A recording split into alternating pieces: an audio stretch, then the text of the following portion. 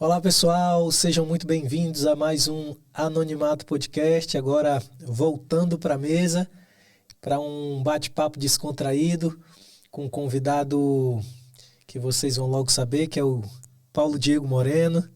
Seja bem-vindo, Diego. Obrigado, Augusto. Para mim é um prazer estar aqui junto com você nesse podcast e espero que seja uma boa conversa, espero que seja um tempo abençoado aqui contigo. Vai ser. O Diego é esposo da Jade Simões Moreno. Ela já esteve no Anonimato Podcast também, falando sobre um projeto muito especial, a Escola de Princesas. São pais do Benjamin e da Abigail.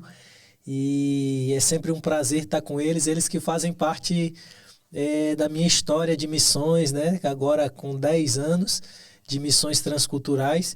E o Diego acompanhou essa minha trajetória desde o início, inclusive fomos para Cabo Verde juntos, mas vocês vão saber um pouco mais agora, né, Diego? Sim. Eu lembro que nós tivemos um tempo lá na Baixada, se eu não me engano, na época, que a Baixada era um projeto lá em Fortaleza da Missão Vida em Foco. E se eu não me engano, o Diego era até líder do projeto, né? Quando eu cheguei ao projeto. Então, o Diego foi meu líder 2 vezes, né? Tanto na Baixada, ele teve esse desafio, né? De me liderar. Não sei se é um privilégio, né? Ser desafio, meu liderado, né? É sempre bom crescer junto, aprender, Amém. né? Nós tivemos sempre...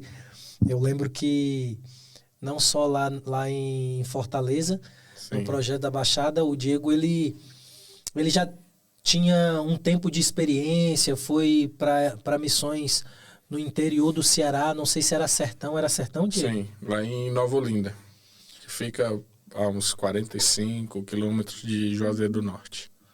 Pronto, eu lembro que você tinha tido essa experiência lá. Isso. E chegou compartilhando um pouco da experiência e sempre aprendendo. Eu iniciei como voluntário na instituição lá.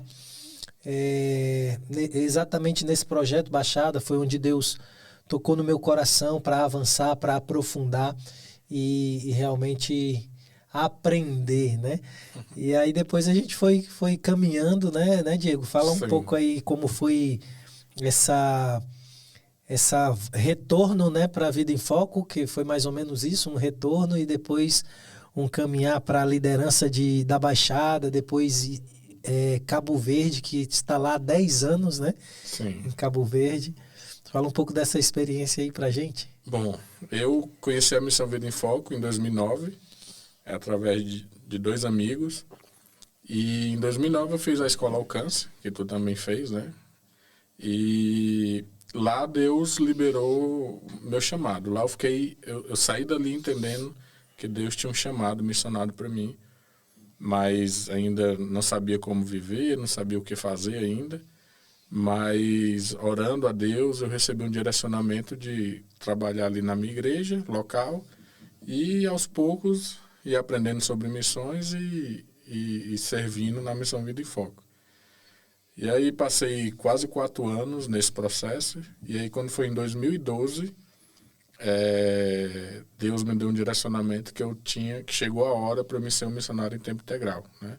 Então, durante todo esse tempo, eu ajudei na minha igreja, trabalhei na minha igreja, ajudava também na base da Missão Vida em Foco lá em Fortaleza, e participava de congressos, participava de seminários sobre missões, enfim. E em 2012 eu fui para a Missão Vida em Foco, servi lá integralmente. Só que aí eu fiz uma viagem para Nova Olinda, uma viagem de 15 dias para um projeto da Igreja Batista. E lá em Nova Olinda, vendo a necessidade, vendo todos os desafios ali que o pastor local estava enfrentando, Deus falou comigo para que eu voltasse para aquele lugar para passar um tempo ali, né? Então, passou os 15 dias, eu voltei para Fortaleza, e aí comuniquei a liderança lá da Missão Vida em Foco que eu ia ter esse tempo lá em Nova Olinda, que era próximo ali de Juazeiro, e fiquei lá por alguns meses, 8, 9 meses, se eu não me engano, ou talvez até 1 ano, não me recordo muito bem. E foi ali que Deus confirmou meu chamado, né? Porque até então eu estava em Fortaleza, meus pais são de Fortaleza, minha igreja é lá em Fortaleza. Estava ali num ambiente seguro, né? Digamos assim. E quando eu fui para Nova Olinda, é onde eu fiquei longe dos amigos, onde eu fiquei longe da família pela primeira vez, onde eu fiquei longe ali da minha igreja. Então foi um tempo muito difícil, né? Isso muito jovem, né? Muito jovem, tinha 21, 22 anos.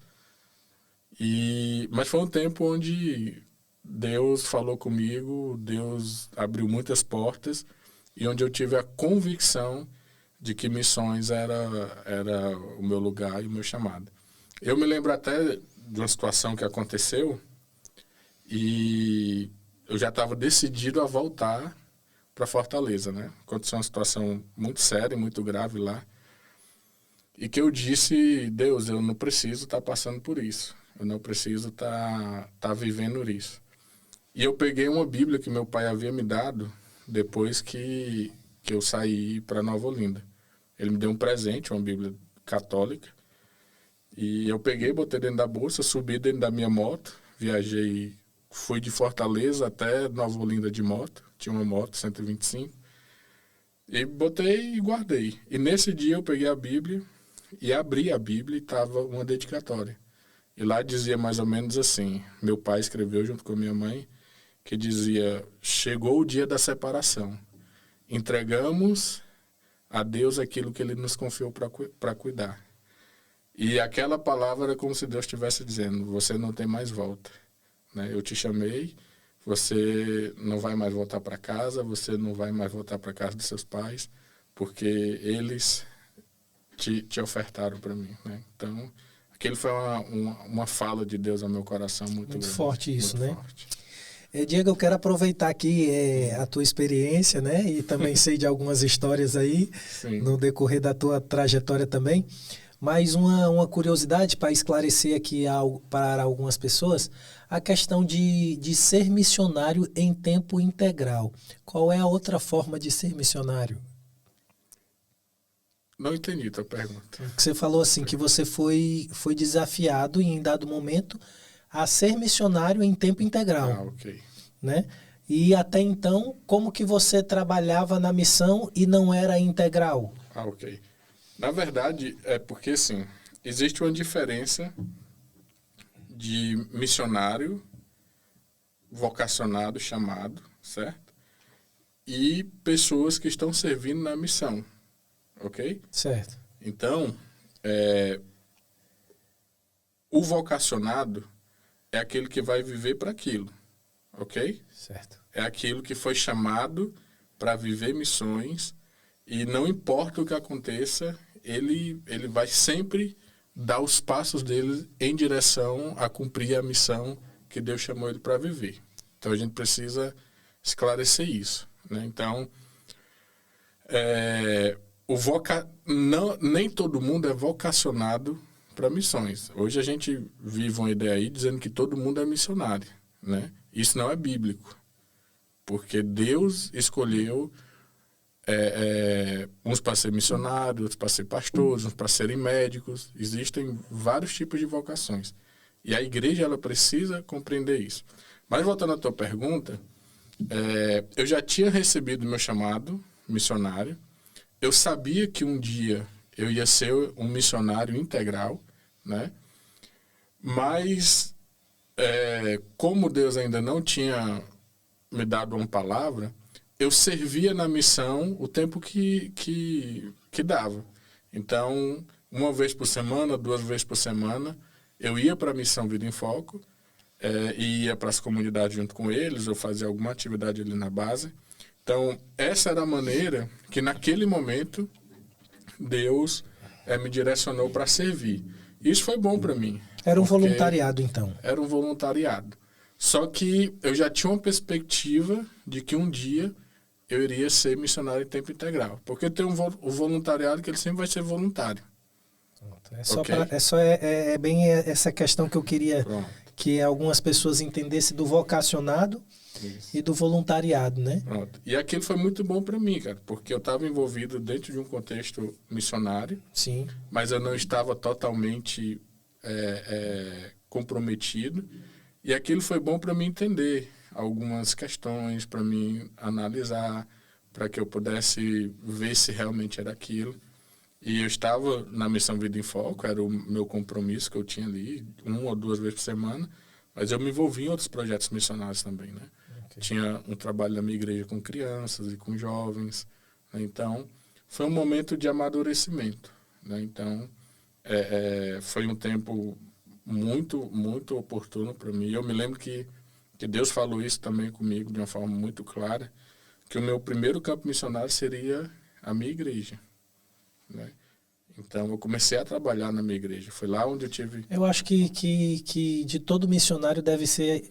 o Isso. primeiro campo deve ser sua igreja, né? Isso. Então, foi lá onde eu aprendi a pregar, foi lá onde eu me desenvolvi, foi lá, enfim, lá foi uma escola para mim também, né? Então... Um prático, né? Isso. Tá certo. Eu lembro de uma história interessante que foi colocada em algumas vezes, de uma experiência sua lá no sertão, de um cafezinho, se eu não me engano, foi lá lá no sertão, né? Conta aí pra gente que é interessante essa questão aí do café. Cara, eu tava fazendo umas visitas de casa em casa, né, nas ruas lá da cidade de Nova Olinda, e eu tava com uma menina da minha igreja, eu não vou falar o nome por uma questão de de preservar a identidade dela, mas uma amiga muito querida ainda, tá lá na minha igreja, é a Igreja Batista. Aliás, deixa eu corrigir, gente. Hoje eu sou da IPI do Anjo da Guarda, lá de São Luís do Maranhão, depois que eu casei, né? Mas eu me converti e fui introduzido em missões na Igreja Batista lá de Fortaleza. Então, por isso que às vezes eu falo ainda, me refiro à Sim, Igreja tem Batista. uma ligação ainda que foi todo o início, né? E Isso. tudo. Então, nós estávamos lá e nós chegamos numa casa, perguntando se a pessoa queria um estudo bíblico, queria uma oração. E um rapaz, um senhor, um jovem senhor, né, saiu e estava com uma xícara de café e ofereceu o café, né? E aí a gente aprende nas práticas missionárias que a gente deve aceitar, porque talvez seja uma afronta para a pessoa. É uma honra, né? Ela tá partilhando ali um momento, um Isso. café, né?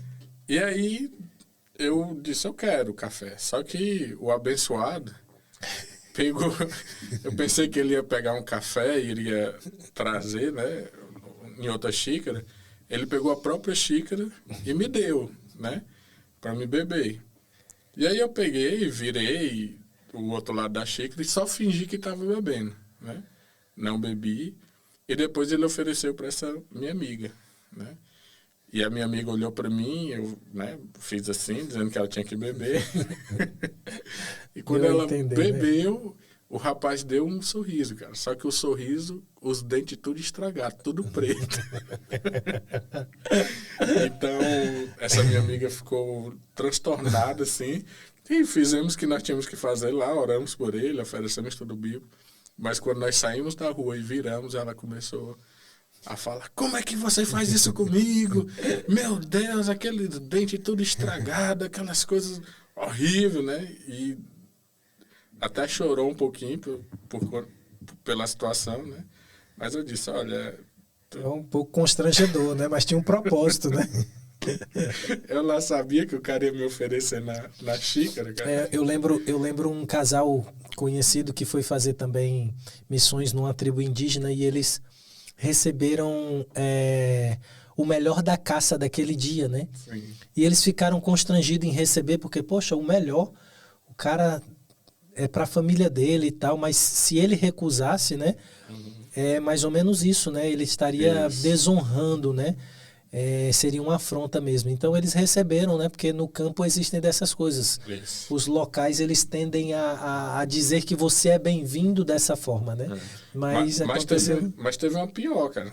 Foi? Então conta aí. Eu estava lá na minha comunidade em Fortaleza, visitando uma senhora, e ela estava conversando comigo, e nós entramos na casa dela, fomos para a cozinha, E conversando, a gente falando e tudo. E eu olho pro armário dela, tinha uma xícarazinha bonitinha, arrumada, e eu vejo um ratinho, né? A cabeça do ratinho assim, na xícara, né? E eu olho para aquilo, fico um pouquinho assustado, mas ele estava longe. E a senhora me perguntou se eu queria o café. E aí eu disse, eu quero, né? E ela foi fazer lá o café, passar o café, e o ratinho lá, botando a cabeça... E ela foi justamente na xícara que o rato estava dentro. E botou meu café e veio me servir. E aí você fez de conta de novo. Aí eu bebi. Foi dessa vez, teve que... Bebi, e bebi todinho, e... Graças a Deus não deu nada, não né? aconteceu nada. São experiências interessantes, né? Mas isso é porque também o Diego trabalhou muito... um dos focos da Missão Vida em Foco é uma instituição a qual eu fiz parte. E um dos focos dela é trabalhar com pessoas à margem da sociedade, né? Isso. Então, há geralmente em locais com pobreza, com algumas situações sociais mais precárias, enfim. E aí nós nos deparamos com situações dessas e outras, né? Isso. Mas isso é interessante. E depois fomos também para Cabo Verde juntos, né? Primeiro o Diego foi com a equipe, né, Diego? Isso. Antes 2013. Foi... Fomos conhecer o lugar, né? Fomos conhecer as lideranças. Nesse dia nós não fizemos nenhum trabalho, nesses dias, né? Nós não fizemos nenhum trabalho evangelístico. Foi realmente só para conhecer o campo, conhecer a liderança e orarmos para realmente saber se era da vontade de Deus que a gente retornasse para Cabo Verde, né? Definitivamente. Sim.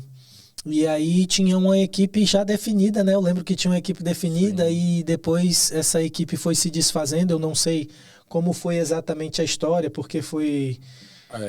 Na primeira vez que nós fomos para Cabo Verde, foi eu, o Marcos, a Priscila e o Jânio, né? Nós 4. E, então a ideia era ir conhecer as lideranças, conhecer o local, conhecer a cidade que provavelmente nós iríamos ficar. Só que quando nós retornamos para Cabo Verde, o Marcos estava com casamento marcado, então era difícil ele ir recém-casado, né? Priscila, no momento de oração lá mesmo em Cabo Verde, já tinha percebido que ela não iria voltar, que ela ia ser uma pessoa que iria apoiar, mas que não iria para morar lá, né? E chegou no Brasil, isso se confirmou. Então, o Jânio não ia para morar, né? Ele como líder da Missão Vida em Foco lá em Fortaleza. Então, a equipe era só eu. E aí nós começamos a fazer um planejamento, mas também começamos a orar para que Deus mandasse pessoas dispostas, né, a querer ir, se dedicar e se doar lá naquela nação. A Priscila até hoje ela tem contato, sim, ela de alguma forma está junto com a instituição, sim, né, lá. Priscila sempre acompanha, né? A Priscila, desde 2013, ela tem sido uma grande parceira nossa, né? Sempre vai lá em Cabo Verde, inclusive em agosto ela está lá com a gente. Nós vamos fazer 10 anos de missão lá em Cabo Verde. Nós vamos fazer um grande culto lá no dia 31 de agosto. E ela já comprou as passagens dela e vai estar lá com a gente. Bom demais. E aí levanta recursos para lá, leva alguns amigos ou equipes para lá, né? Levou o pai dela. Então ela sempre teve esse contato aí com a gente. Que legal. Bom que permaneceu. É uma pessoa, sim, que Deus falou com ela que ela não estaria presencialmente, né, de forma direta, mas às vezes está lá e de forma direta também, né? Não pode dizer que não é direta, ela sempre está junto com a instituição, né? Isso. Mas enfim, um abraço para Priscila e para todos que fizeram parte aí principalmente do início da minha trajetória em missões, ainda vivenciando algumas coisas, aprendendo algumas coisas, mas foi um tempo assim muito bacana que Deus me desafiou a fazer parte dessa equipe, sim, de implantação, não só eu, como a Jade, que hoje é sua esposa, né, a Jéssica, e fomos lá com uma equipe, foi o Denis também na primeira viagem que eu estive.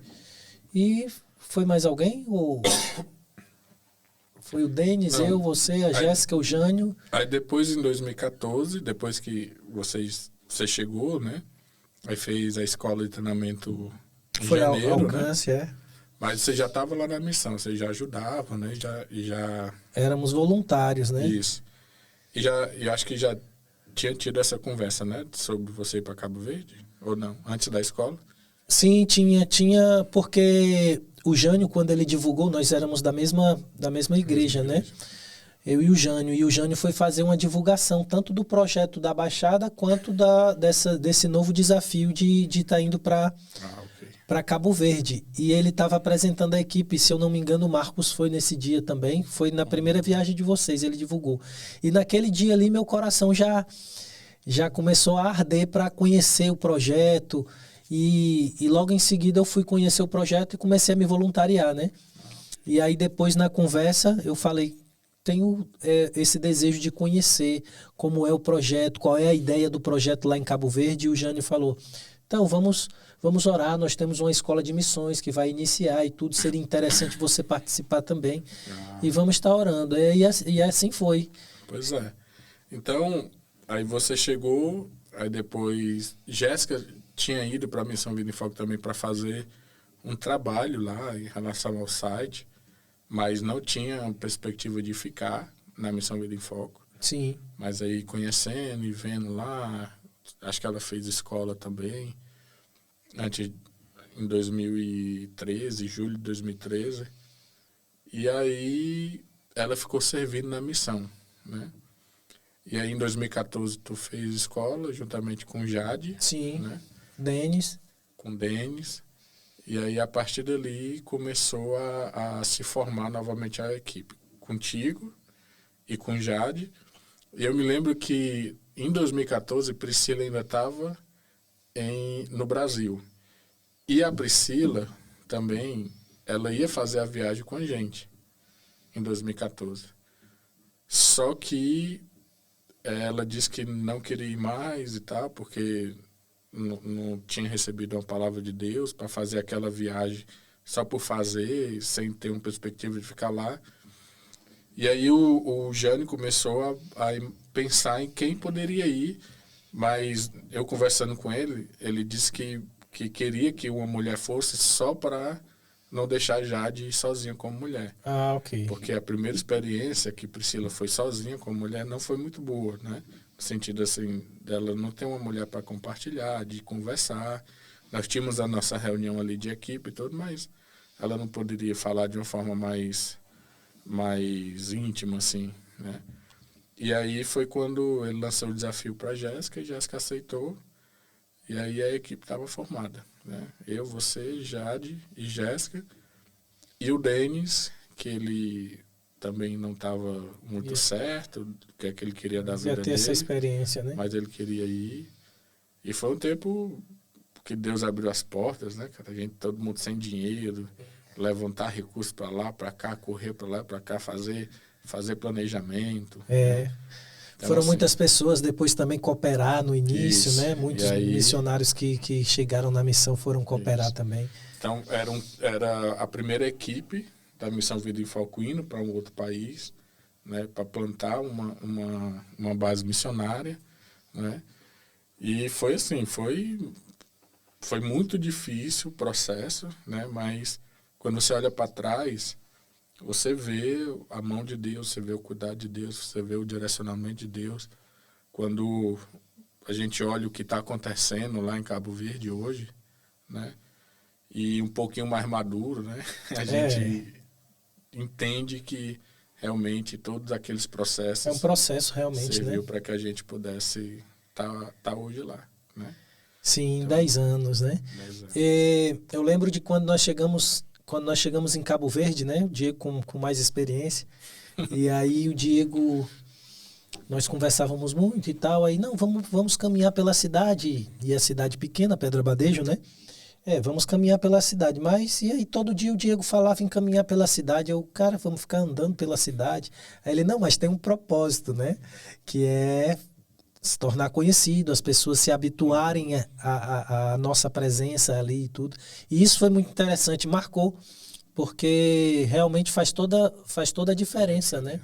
É você ficar conhecido para que as pessoas, você vai começar a fazer contatos, vai ganhar uma certa credibilidade com o convívio que vem com o tempo, mas para isso você precisa ser visto, né?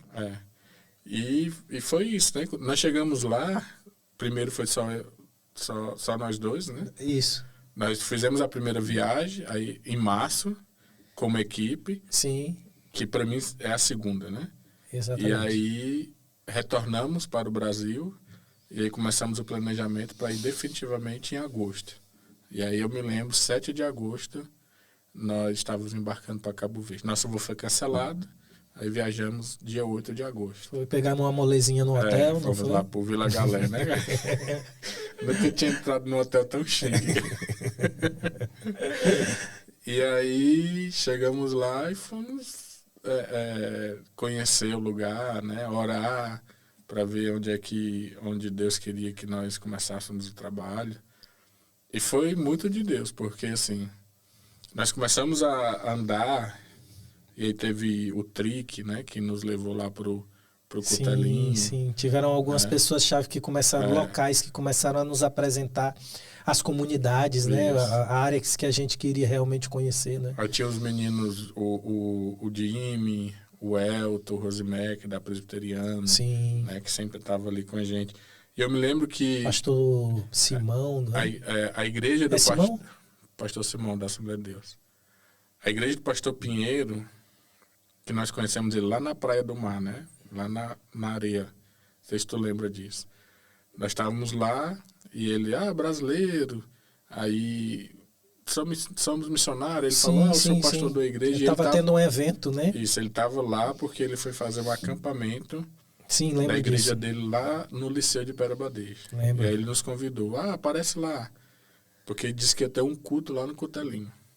Aí de noite nós fomos lá, o negócio... Foi, a Babilônia lá, né? Sim. E a igreja fazendo culto. E foi lá naquele dia que Deus falou com a gente que ali era a comunidade que nós deveríamos trabalhar. E até hoje tem trabalho lá, né? No Cutelinho, nós temos né? trabalhos lá.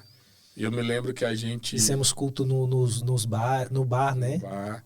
E tu tinha aquela câmara vermelha, né? Grande. Parecia uma nave. E a gente ia andar pelo Cutelinho e o pessoal falava assim, vocês não podem ir lá não, porque vocês são estrangeiros, lá é perigoso, lá é assim. E o pessoal pensava que estava nos desestimulando a não trabalhar no Cutelinho. Mas a gente conversava e sempre quando o povo falava aquilo, era como se Deus estivesse confirmando que era lá que nós deveríamos estar. E além disso, né, na nossa chegada lá, teve também a busca de comprar móveis, né, e tal, de achar uma loja, né, Diego, de móveis. Como foi essa história aí da loja? Conta aí. Não, é porque em Cabo Verde, né, assim como em Portugal, é telemóvel, né? O celular é telemóvel. Sim. E eu lá sabia disso, né? E a gente procurando lá as coisas para comprar cama, geladeira. Aí eu vi a placa lá escrita móvel, né? E aí eu disse, Augusto ali deve vender alguma coisa. Aí nós batemos lá, alguma coisa assim, né? E aí, vocês têm estante, sei lá, mesa? Aí o cara, não, aqui não vende nada não sei o quê. Ou foi tu que falou? Não, era uma assim. placa, eu não sei se era de que estava arrendando ou alguma coisa, ou vendendo aquele local, né? Aí tinha vende-se, aí tinha o pequenininho tinha tel, né? Aí tinha móvel grande. Aí o Diego pensou, aqui deve vender móveis, né? E aí eu, não, cara, é telemóvel. É verdade. Mas interessante também, engraçadas essas vivências. E até hoje, Diego, aqui em Portugal, né? Eu estou agora aqui em Portugal, o Diego continua em Cabo Verde. Mas até hoje essa questão da língua, eu ainda tenho muita dificuldade, né? Apesar de ser brasileiro, ser português, tem muita diferença, né? Tem muita diferença em algumas palavras. E aí a gente confunde com o tempo. Nós já estamos aqui há um tempinho. Da primeira vez estivemos por 2 anos e agora já vai fazer 2 anos também.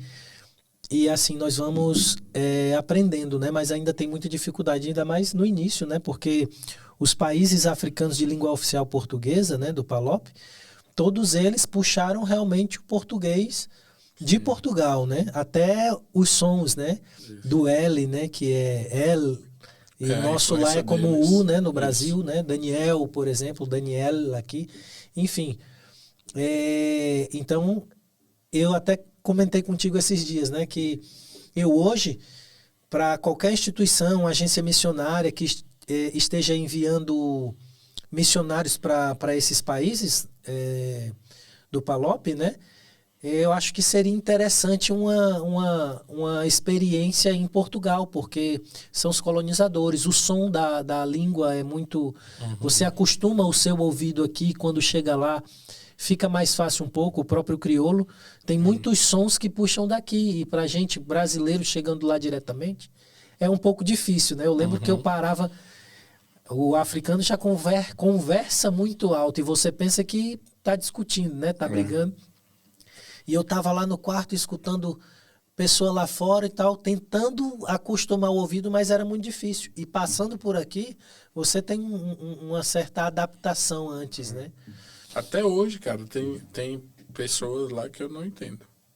Aqui também, né? O próprio português. Muito profundo, assim.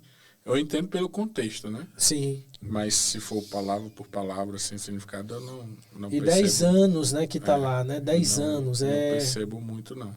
Você consegue entender pelo contexto, mas dizer o que de fato aquela pessoa está falando ali...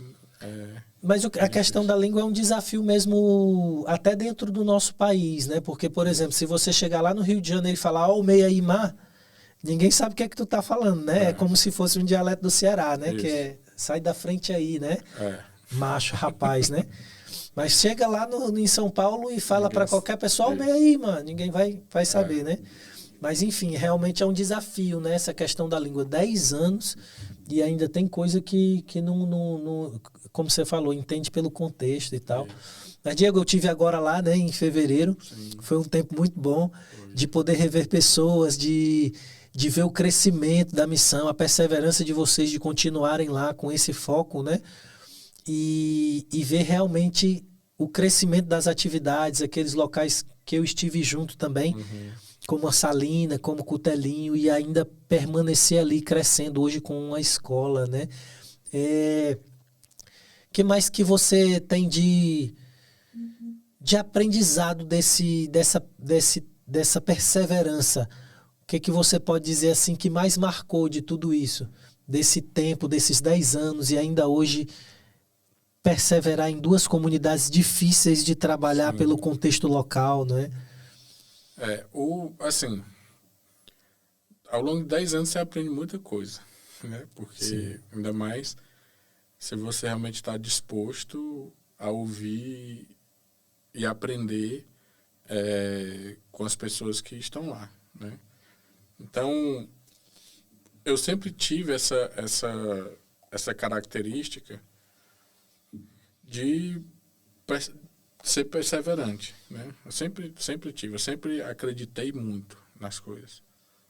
Só que com a maturidade você entende que não é só perseverar, né? Mas você tem que trabalhar de forma inteligente, organizada, para que você possa chegar em determinado lugar, né? Então, eu acho que quando nós chegamos lá, nós queríamos fazer. Sim. Né? Queríamos fazer, porque estávamos chegando, a gente queria mostrar serviço, né? Queria servir, na realidade, queria né? servir, né? E apesar eu ser mais experiente com vocês, mas eu também estava iniciando minha trajetória missionária ali. Transcultural. Né? Transcultural. Fazia apenas 2 liderando anos uma equipe, né? Fazia apenas 2 anos que eu estava como missionário, era liderando uma equipe, né? Então, eu aprendi, cara, essa questão, você tem que fazer, né?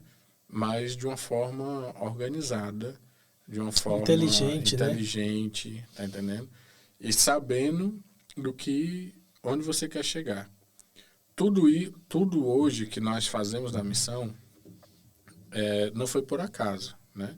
Foi de uma forma planejada, né? Eu me lembro, hoje nós temos casa nas comunidades, mas nós iniciamos lá fazendo o trabalho embaixo de uma árvore. Sim, né? sim. E quantas vezes nós orávamos na intercessão, Deus, nos dá uma casa, Senhor, nós queremos um lugar para trabalhar com as crianças. Estar mais presente, né? Nós queremos, além do culto evangelístico lá, que a gente realizava toda sexta e todo sábado, a gente quer oferecer outras atividades para a gente estar mais perto das crianças. Mas nós passamos 2, 3 anos orando sobre isso, né? Hoje nós temos uma casa organizada, bonitinha, para as crianças irem, um local. Cutelinho ainda não é o que eu quero, né? Em termos de estrutura, mas é o que a gente tem hoje lá. Mas tudo isso foi pensado, né? Mas eu acho que pela falta de maturidade, muita coisa se demorou a realizar, né? Então, o que eu aprendi assim de forma mais significativa foi isso, né? De que tem várias formas de fazer as coisas, né? E existe uma melhor forma. Sim. Né? E que a gente através de estudo, através de conversar com as pessoas, de entender algumas questões culturais também, culturais, né? Que você vai amadurecendo. Sabedoria e inteligência, né? Que você vai ver essa muita coisa hoje, se eu fosse iniciar novamente alguma coisa, acho que 70% eu não faria igual. Eu ia até fazer essa pergunta. Dentro desses 10 anos, o que você não repetiria? Uma coisa assim mais marcante, mais significante que você não faria? Por exemplo, nós começamos simultaneamente a trabalhar em 2 comunidades. Hoje eu não faria isso. Entendeu? Porque nós sempre estávamos, o nosso foco sempre estava dividido. Entendeu? E no processo de início de projeto, todos os esforços, seja de recursos, seja de energia, ele tem que estar focado em um único lugar. Isso não significa que não deu certo, né? Porque até hoje tem o trabalho nas duas... Sim, deu certo, certo? Mas hoje eu faria diferente.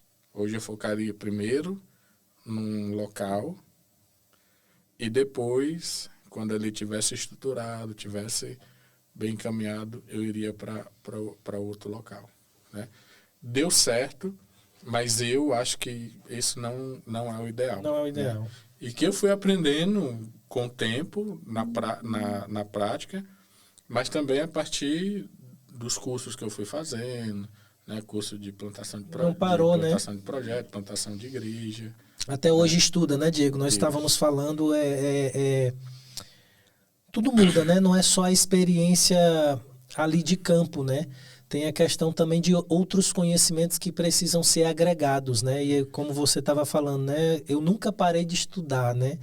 Porque você estudando, você vai adquirindo também a forma ideal de se chegar, né? Lógico que o campo te dá uma experiência assim que é diferente. Você pode ter todo o conhecimento, mas se você não estiver no campo, é diferente, né? E quando você agrega uma coisa com a outra, flui de uma forma melhor, não é? Pois é. Mas assim, eu tenho essa consciência, mas eu sou tranquilo. Eu não sou daquelas pessoas, por que eu fiz desse jeito? Sim. Entendeu? Porque talvez eu só precise aprendeu, passar por né? isso para aprender. Né? Sim, aprendeu. E hoje o nosso trabalho também lá em Cabo Verde é ajudar também outras pessoas, outros líderes, né? E hoje eu posso compartilhar essa experiência com eles, né? Outros que chegam, né? Outros que chegam. Como nós fomos recebidos também, né? Isso. Então, outros pastores que também estão iniciando, estão pensando, a gente contribui, né? Dando esse suporte também de planejamento, incentivando eles, né? Então, foi um aprendizado que serve hoje como exemplo. Sim. Né? Eu lembro que quando nós chegamos, Pedra Badejo era conhecida como um cemitério de missionários, né? O que é que você diz em relação a isso? Hoje você vê isso ainda ou não? Por que, que falavam isso, que foi taxada dessa forma? A gente escutava isso de alguns pastores e missionários que passaram por lá, né? E porque alguns missionários e pastores que passaram por Pedra Badejo viveram algumas situações que não deveriam, né? De pecado, de problemas pessoais, né? Que afetaram a missão e o trabalho deles, né? Outros viveram questões mesmo de projetos que não foram para frente. Então as pessoas chegavam lá toda animadas, as pessoas chegaram lá toda empolgadas, né, com aquela mentalidade do Brasil de que vai chegar, que vai dar tudo certo, e passava ali 3 meses, 6 meses não dava certo, se frustrava. Então daí o estigma, né, de cemitério Sim. de missionários, porque muitos chamados foram frustrados ali, né? Infelizmente, muitas vidas também, muitas famílias foram frustradas ali, né? E isso é lamentável. Agora, quando eu escutava essas coisas, né, isso me acendia um alerta, né? Eu me lembro que um dos primeiros cultos que nós fizemos lá no Cotelinho, eu tenho essa foto até hoje, tinha mais de 120 pessoas, que nós fizemos teatro, que nós fizemos dança, ali naquela descida ali para chegar na casa ali da Juca ali. E não sei se você se recorda, mas nós perguntamos, quem quer aceitar Jesus? Todo mundo, né? E eu até brinquei assim, vai ser fácil demais aqui, né? Porque todo mundo aceitou Jesus. E nós não entendíamos o contexto, né? Que era daquele jeito. Você chega até hoje, lá é assim, você pergunta quem quer aceitar Jesus. Aí os mesmos aceitam de novo. Né? Aceita Jesus 20 vezes. Estão aceitando esses 10 anos, estão aceitando Jesus. Isso. Então, quem chega com essa mentalidade do Brasil se frustra, porque as coisas parecem fáceis, mas não são. Então eu sempre olhava para isso. É algo aparente, né, Diego? Não é, na realidade, não é. A realidade não é uma transformação interna, né, de caráter, de mudança de vida. Isso tudo é um processo, né? Mas o desejo deles, eles expõem sempre que querem, né? Então, eu sempre olhei para essa situação e eu via assim, peraí, se aconteceu isso com fulano, com cicrano, eu preciso tomar muito cuidado. Sim. Porque eu não sou melhor que eles, entendeu? Então isso sempre serviu de alerta para mim entender que eu estava num local difícil, que eu estava num local onde requeria de mim muita atenção, né? E que eu não poderia cair no erro de achar que comigo ia ser diferente, porque, sei lá, eu sou bonito, né? Então, eu ouvi essas coisas e eu confesso, Augusto, que muita coisa, cara, nós deixamos de fazer por conta de que nós pensamos e analisamos. Eu não sei se tu vai lembrar de uma reunião que nós fizemos, que nós estávamos pensando em mandar 2 jovens para o Brasil para estudar lá. Sim. Que a gente já falou até nomes, né? Uhum. Vamos escolher, vamos levantar o dia da passagem e vamos mandar ele para o Brasil e vamos, depois que eles estudarem, se prepararem, eles voltam para ajudar aqui a gente. A ideia parece boa. Sim. Né? A ideia parece boa. Só que na ocasião lá, foi levantada a questão assim, tantas pessoas já foram e não voltaram. É muito. Sim, sim. Né? E eu perguntei assim, qual o mecanismo, o que é que nos garante que com a gente não vai ser igual. Aí nós pegamos e nós dissemos assim, não, então não é hora, porque nós não estamos preparados, né? E hoje, após 10 anos, vendo isso se repetindo dia após dia lá em Cabo Verde, eu percebo que aquela foi a escolha certa. Uhum. Porque talvez a gente iria acontecer a mesma coisa, né? Então, hoje, eu não teria problema de mandar um jovem para estudar no Brasil. Por quê? Porque nós já temos mecanismo para que tente amenizar essa situação, entendeu? Apesar de que eu não sou muito a favor de tirar uma pessoa de onde ela está para ela estudar nos dias de hoje, né? Porque a gente consegue hoje fazer formação pela internet. Eu acho que quando você tira ali a pessoa do contexto dela, leva para um contexto totalmente diferente, você descaracteriza todinha ela. E tem o problema também de que muitos chegam com uma perspectiva, assim como missionários chegam num campo cheio de gás, cheio de sonhos, cheios de idealizações.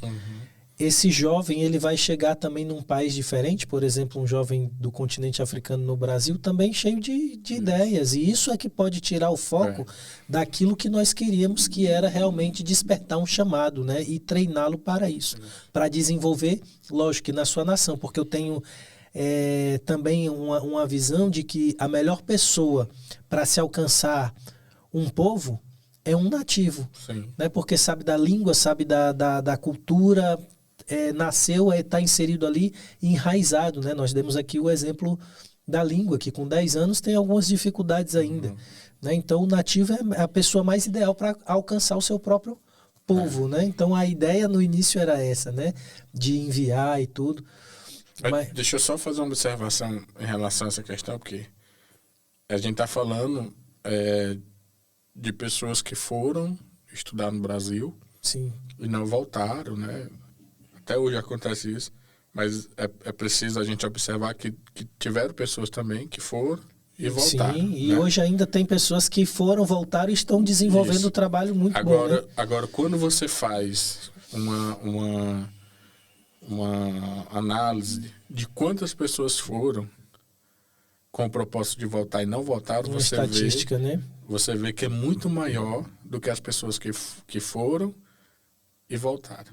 Sim. Você está entendendo? Sim, sim. E eu fiz esse exercício lá com as pessoas que eu conheci, né? Que eu tenho um contato, que eu conheci, que eu sei que isso aconteceu. E assim, dos que ficaram lá, chega a cerca de 80%.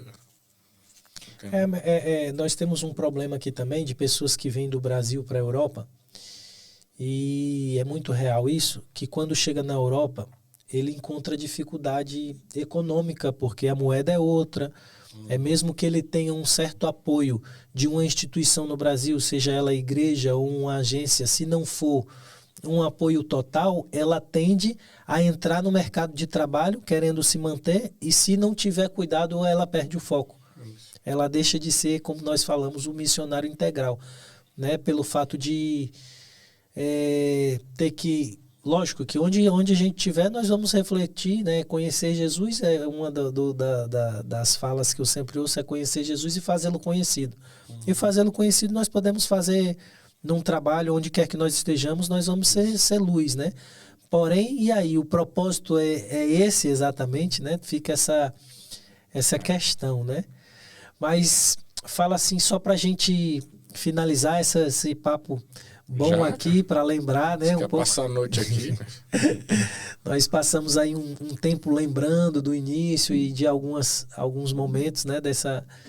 Desse início de trabalho e também da experiência vivida ao longo desses 10 anos por você, e claro que pela Jade, que permaneceu também lá, né? E estão juntos nesse... Eu sempre digo, não deixou de ser um desafio. Cada dia é um novo desafio, né? Só em estarmos fora do nosso, digamos, habitat natural, né? Em relação à família, aquela rede de apoio que está lá no Brasil, é de vocês dois e tal. E outros desafios culturais, enfim. Fala só pra gente se continua, o foco continua sendo o mesmo da instituição, de trabalhar em comunidades mais marginalizadas, digamos assim, né? À margem da sociedade. E de que forma vocês têm ainda hoje, qual é a forma mais eficaz que você tem visto hoje, né? Porque você falou da questão de que precisou algumas coisas não repetir mais e não repetiria também outras, né? Mas qual é a forma que inteligentemente você viu mais eficaz de alcançar, de influenciar? Vou entrar em algumas questões aqui que eu preciso para poder dar minha resposta. Eu tenho tempo? Fica à vontade, aí é contigo. Vamos lá. Quando nós chegamos em Cabo Verde, nós fomos para as comunidades, né? Nós, os missionários brasileiros que vieram, foram para as comunidades. Sim. Né? Eu sempre tive a ideia, isso que você falou, nós estamos aqui para ajudar a igreja a cumprir a missão dela, certo? Só que nós nos deparamos com um dilema. Porque, justamente, como é que você forma líderes, discípulos para influenciar, se você não tem um ponto de referência? Quando nós chegamos em Cabo Verde, pelo menos na cidade onde nós estávamos ali, muitas igrejas ainda estavam se formando também como liderança, né? E muitas igrejas não tinham liderança. Por exemplo, a presbiteriana, que eu sempre fiz parte lá na Presbiteriana Renovada, que inclusive está fazendo aniversário esse final de semana, e pastor Luiz, pastor Janils, um grande abraço aí para vocês. O pastor Luiz tinha acabado de assumir e eles não tinham líderes. Estava numa transição. Numa transição, tinha a missionária Ivani, que foi a fundadora, mas eles não tinham líderes, não tinham pessoas para pregar. E quando nós chegamos, nós pregávamos muito lá, nós ajudávamos muito. Enfim, então você não tinha um modelo de liderança local que nós pudéssemos, né? Então, nós tivemos que aprender isso, né? Nós tivemos que aprender isso para depois formar esses líderes, né? Tem gente que aprende mais rápido. Eu tenho muita dificuldade de aprender, então eu demorei uns 3, 4 anos para poder de forma segura dizer assim, agora eu estou preparado para formar outros líderes localmente, né? Não estou falando de estrangeiros, estou falando de cabo-verdianos, né?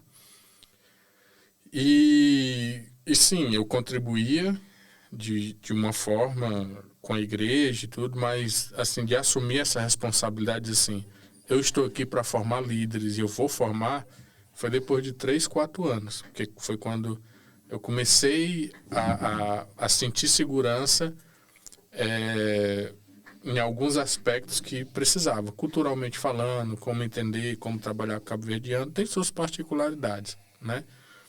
E a Nishi, que trabalhou lá na missão, lá na cozinha da missão, contribuiu muito para entender isso, né? Então, eu demorei mais ou menos esse tempo. Então, eu acho que a melhor forma de você trabalhar, de você alcançar o objetivo, que é cumprir a missão de Deus, é justamente você fazer um trabalho catalisador. O que é que eu digo de um trabalho catalisador? É onde você não vai fazer tudo. Entendeu?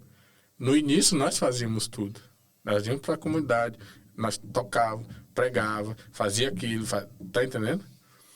Era importante fazer aquilo para que a gente pudesse entender o processo, para depois a gente pudesse fazer.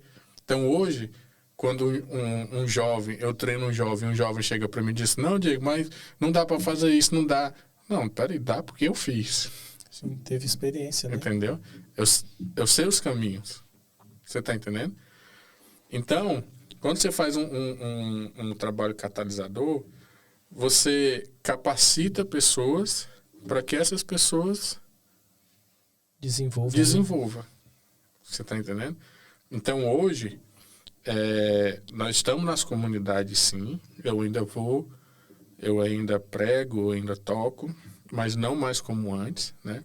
E hoje o meu trabalho, como o da Jade também, da minha esposa, é treinar e ajudar para que as pessoas elas possam ir fazer. E ajudar, quando eu falo, Augusto, não é só dar o treinamento, não, cara. É chegar, sentar e dizer qual tem sido a dificuldade, qual tem sido os problemas. Caminhar junto, né? Vamos vencer isso juntos, né? E você consegue, cara, alcançar muitos lugares. E o maior exemplo disso é, por exemplo, na Escola de Princesas, né? Tem um casal na Ilha do Fogo que eles estão fazendo, assim, um trabalho maravilhoso, entendeu? Com a Escola de Princesas, que é o... Eles não são casais, eles são noivos e vão casar agora em junho, eu acho.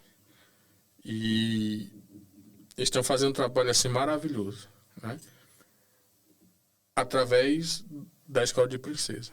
Jade nunca foi lá, entendeu?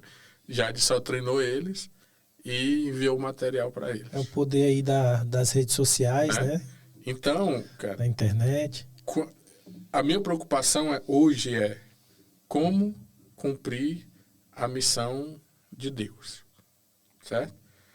E eu penso como que eu posso chegar mais longe nisso, né? E a Bíblia já falava disso, né? Mas hoje a maneira mais eficaz é você potencializar os outros.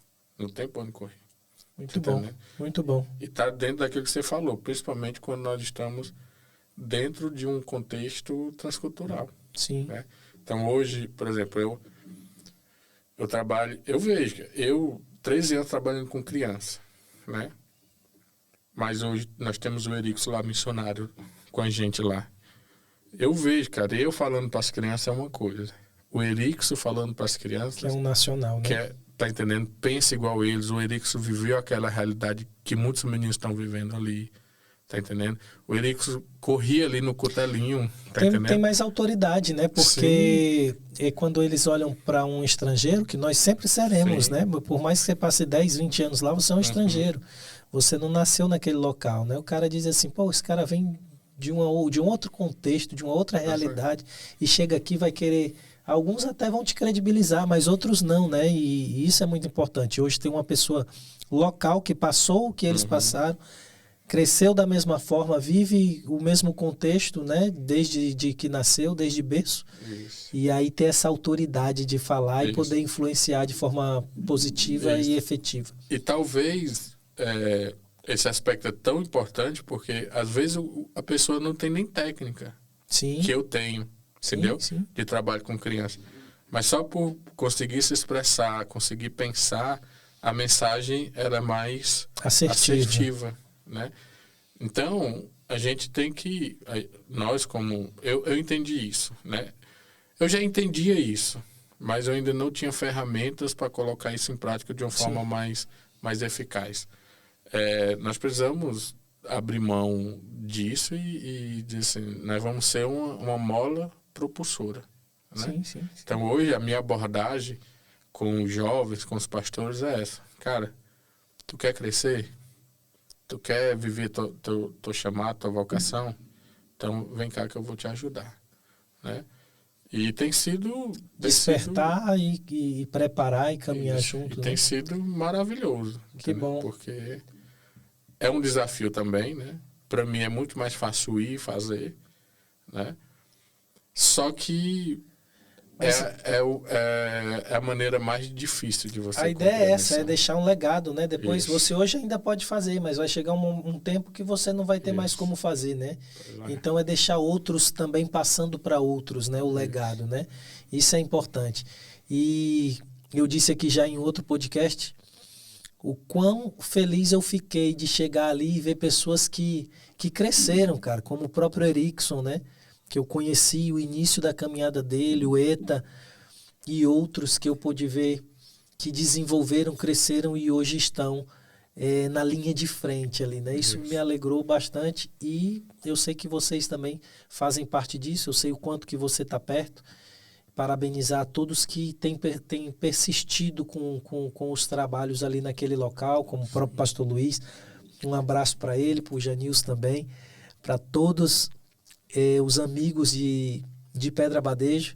Saibam que eu estimo muito cada um de vocês e com certeza estarei sempre junto também aqui, orando para que as coisas possam fluir, que Deus esteja abençoando cada pessoa daquele local e cada trabalho também, né? Cada família. Mas é isso, Diego, eu quero, diante de todos aqui, hoje eu até vesti a camisa aqui, né, da Missão Vida em Foco, tive que vestir a camisa. Tá bonita, você parece que ficou meio assim, cobriu a camisa aí. Não, é porque eu tô com frio aqui. Você deve estar esquentando, né, cara? Então é a conversa. Então tá certo, mas eu quero agradecer não só pela conversa, mas por todo o apoio, quero diante de todos, te agradecer por todo o apoio na minha vida em si. Amém. O tempo que você esteve lá em Fortaleza, que me acompanhou, claro que não foi só maravilhas, né?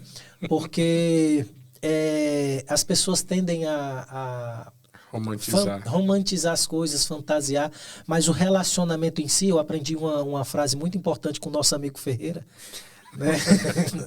O que é que você está rindo? Ferreira é uma figura ilustre, né? Mas deixar aqui também um abraço pro Ferreira. Ferreira foi um cara também que... Ferreira me deu uma Bíblia King James, cara. Foi? E ele nos ensina tanto, né, cara, com a própria vida, mas ele disse uma palavra muito interessante, que é os 3 Cs, né? Onde há convívio, há conflito e há confronto. É natural, seja numa amizade, seja numa comunidade, como nós estávamos vivendo numa comunidade, numa família. É natural isso, mas isso nos faz crescer. Isso. Eu sou muito grato por tudo, pelos ensinamentos, não só de forma direta e amorosa, mas aqueles também que foram... digamos, espinhos, né? Momentos de ideias diferentes, sim, que somos pessoas diferentes, é natural. Mas isso me fez crescer também, me fez avaliar, me fez avançar, né? Então, enfim, eu agradeço por tudo mesmo e sou grato a Deus pela sua vida, da sua família, da sua esposa, pelo projeto da Missão Vida em Foco. Que Deus continue abençoando e que a gente possa cooperar, continuar cooperando uns com os outros, né? Como foi feito agora recente, em fevereiro.